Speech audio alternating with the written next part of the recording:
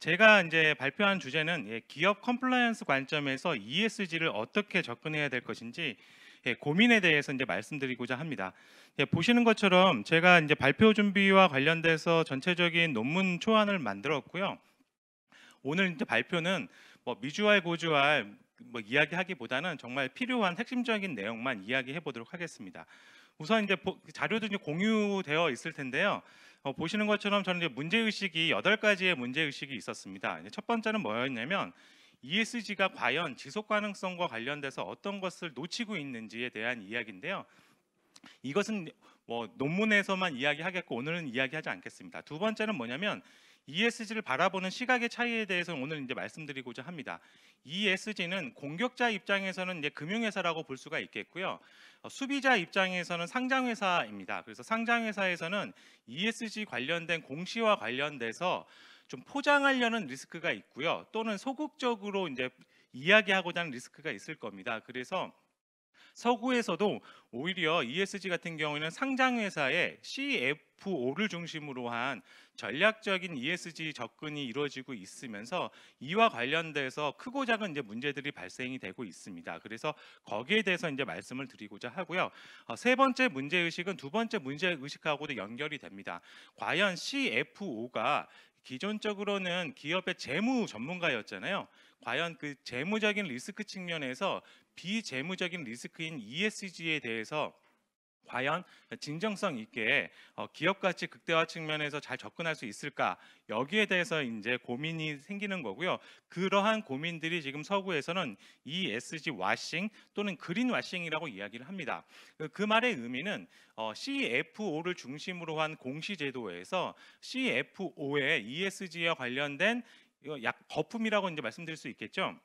그거를 과연 조직에서 필터링이 가능할 것이냐, 여기에 대한 측면에서 접근을 하게 된 거고, 그래서 ESG가 지배 구조를 어떻게 설정해야 될 것인지 이게 관건이 되는 것 같습니다. 근데 아시는 것처럼 ESG 지배 구조를 접근한다라고 할 때 기본 중에 기본이 기업의 컴플라이언스입니다. 그래서 기업의 컴플라이언스가 강력하고 진정성 있고 효과적이라고 이야기를 한다라고 하게 되면 결과론적으로 ESG 와싱 리스크는 감소할 수밖에 없다. 근데 이런 측면에서 잠정적인 결론을 내고 싶고 여기에 대한 실증적인 현황에 대해서 이제 말씀드리고자 합니다. 이제 마지막으로 최근 들어서 ESG 이제 위원회가 이제 도입이 굉장히 많이 되고 있습니다. 과연 기존 경영위원회, 지속가능 발전위원회 이런 이사회 내 위원회하고 과연 어떤 차이가 있는지, 그리고 최근 들어서 큰 재벌 을 중심으로 한 그룹사에서 컴플라이언스 위원회가 많이 만들어지고 있습니다. 과연 그 위원회하고 ESG하고는 어떤 식의 접근이 상호 이렇게 연결이 되어서 가야 될 건지에 대한 이제 문제 의식이 있었고요. 과연 또 이제 마지막에 문제 의식은 과연 ESG가 객관적으로 평가가 가능할 것이냐?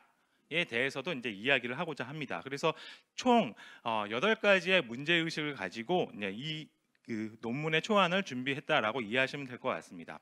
자세한 내용은 생략하도록 하겠고요. 중요한 내용 위주로 이제 말씀드리도록 하겠습니다. 보시는 것처럼 ESG는 다양한 법률적인 영역에 대한 검토가 필요합니다.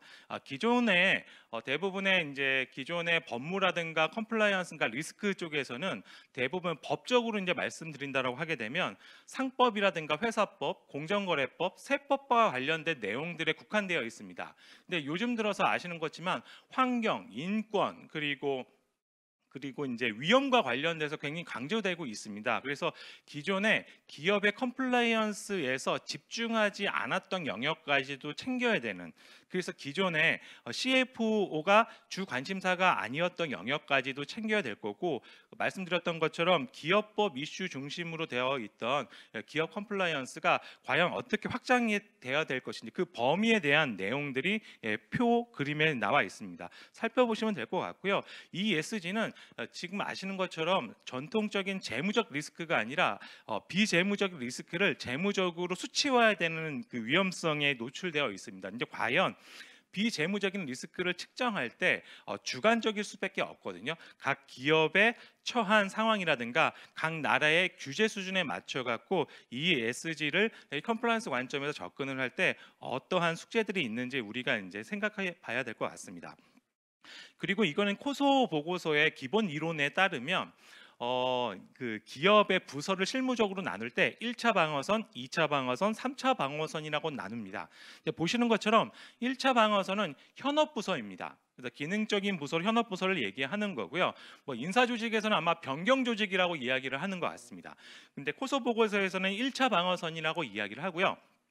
2차 방어선이 우리가 지금 다루고자 하는 CFO, 준법 감시 또는 준법 지원, 리스크 관리라든가 관리 부서 이제 중심이 되어 있습니다. 그리고 3차 방어선이 감사 부서를 이야기를 하고 있습니다. 지금 이제 말씀드렸던 것처럼 CFO 같은 경우에는 재무 통제 부서이기 때문에 2차 방어선입니다. 그래서 2차 방어선이라는 이야기는 백오피스적인 관점이 아니라 프런트의 기능을 보완하면서 챙겨야 되기 때문에 또 다른 이해상충이 생길 수가 있겠습니다. 이걸 이제 쉽게 이제 말씀드리면 사법부, 입법부, 행정부 이렇게 기업의 지배 구조를 나눈다라고 했을 때 감사실 같은 경우에는 감사부서 같은 경우에는 사법부라고 얘기할 수가 있겠고요.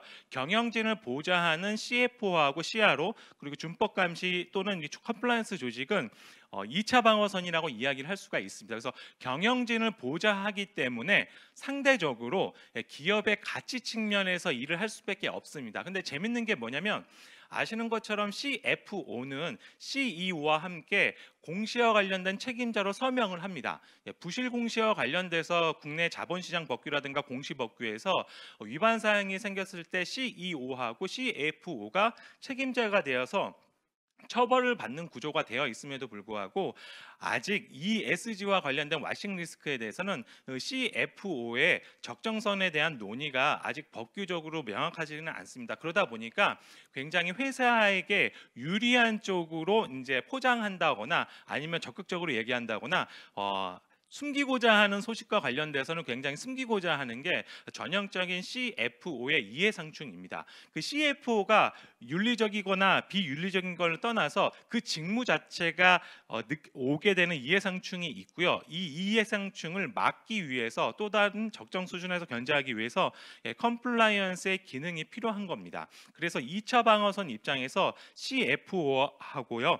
그리고 이제 컴플라이언스 기능이 어떻게 교통 정리가 되어야 될 것인지에 대해서 이제 고민이 있다라고 이제 말씀을 드리겠습니다.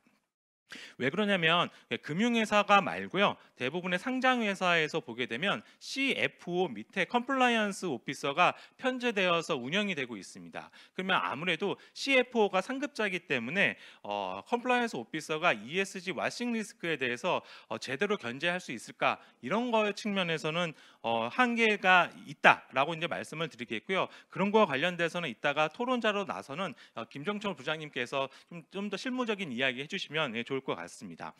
그래서 이제 CFO와 ESG 지배구조 관점에서 본다라고 하게 되면 와싱 리스크는 있을 수밖에 없다라고 이해하시면 될 것 같습니다. 왜 그러냐면 CFO의 주 목적은 기업 가치 극대화거든요.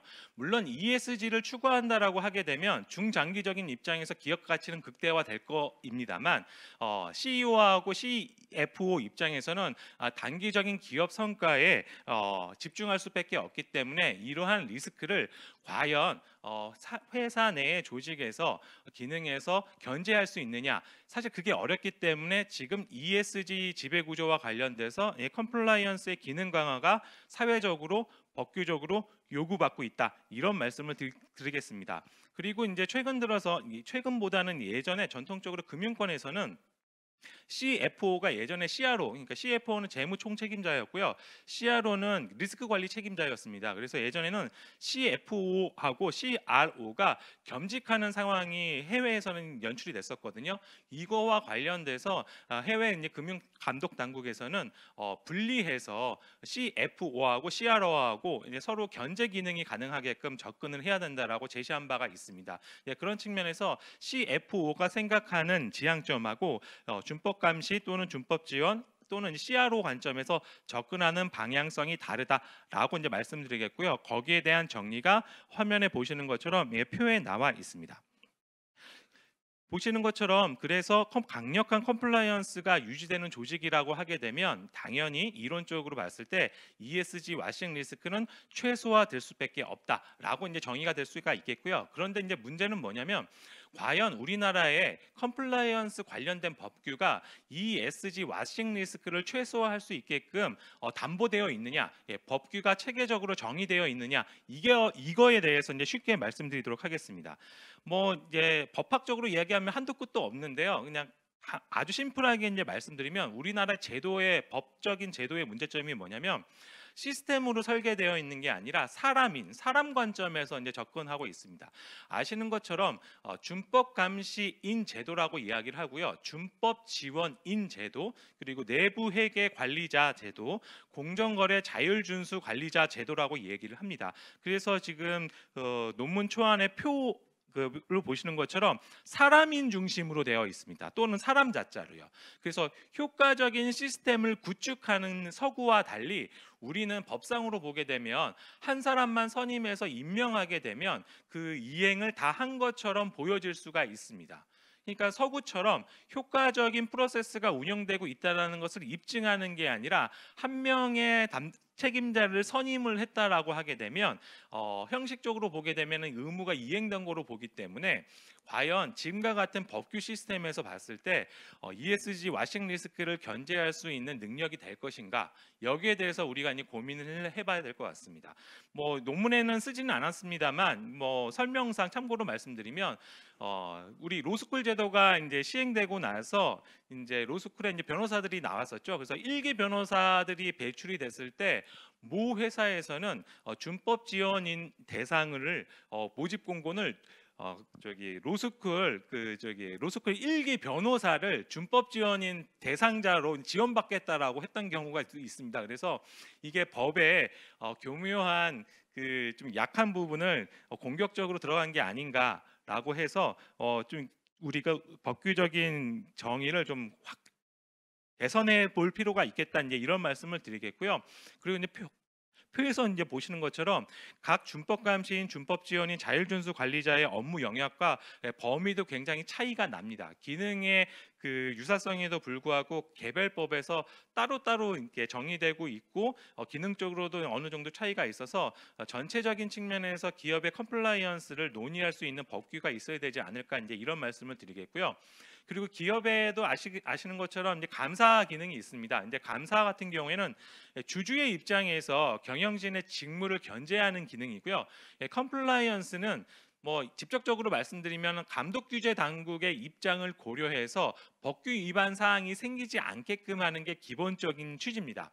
거기서 한 발 더 나아서 규범 준수적인 측면까지 이제 상승을 해야 되는데요.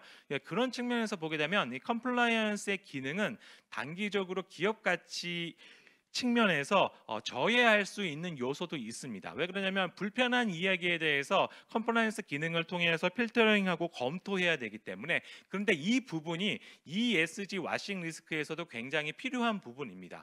그래서 지금의 대부분의 ESG 평가와 관련돼서 체계적인 컴플라이언스 평가보다는 형식적으로 나와 있는, 설명되어 있고 공시되어 있는 지배구조와 관련된 단편적인 사항만으로 컴플라이언스를 접근하고 평가하고자 하니까 ESG 와싱 리스크에 대해서는 평가의 한계점이 있을 수밖에 없다, 이제 이런 말씀을 드리고자 합니다. 이제 마지막으로 이제 재밌는 사례인데요. ESG와 관련돼서 뭐 정경련이라든가 경제단체 상공회의소라든가 이런 쪽에서 ESG에 대한 우려에 대해서 이제 많이 언급을 하고 있는데요. 덕분에 실증 자료도 이제 많이 나오고 있습니다. 보시는 것처럼 ESG 위원회를 도입을 해서 운영하고 있는 기업들이 많아지고 있는데, 이 위원으로 선임되어 있는 인물들의 전문성을 본다라고 하게 되면 과연 이 사람들이 ESG 분야 또는 컴플라이언스 분야의 전문가인가라고 봤을 때 뭐 그냥 쉽게 말씀드려도 한 60% 이상은 전문가가 아닌 것 같습니다. 그래서 과연 전문가를 책임자로 선임에도 불구하고 지금 ESG 위원회는 또 다른 사회 이사를 충원하기 위한 그 비판적인 시각에서 본다라고 하게 되면 과연 컴플라이언스 위원회하고 경영위원회하고 ESG 위원회가 과연 기능적으로 어떻게 다를 것인지, 여기에 대해서도 우리 경영학계가 좀 더 고민해 봐야 되지 않을까. 과연 ESG 위원회가 이사로 선임한다라고 하게 되면 이 사람들에게 어떠한 역할과 책임을 컴플라이언스 측면에서 우리가 제시를 해야 될 것인지에 대해서 고민을 해 봐야 될 것 같습니다. 그래서 제가 15분 동안 ESG 와싱 리스크를 기업의 미흡한 컴플라이언스 제도적인 측면에서 논의를 했습니다. 예, 감사합니다. 첫 번째 발표를 해주신 우리 주창훈 교수님께 감사의 말씀드리고요. 발표문을 이제 저도 사전에 좀 읽어봤었었는데 여러 그 기업들의 컴플라이언스 기능을 제도화하기 위한 법 자체의 한계에 대해서 지적을 해주셨고요.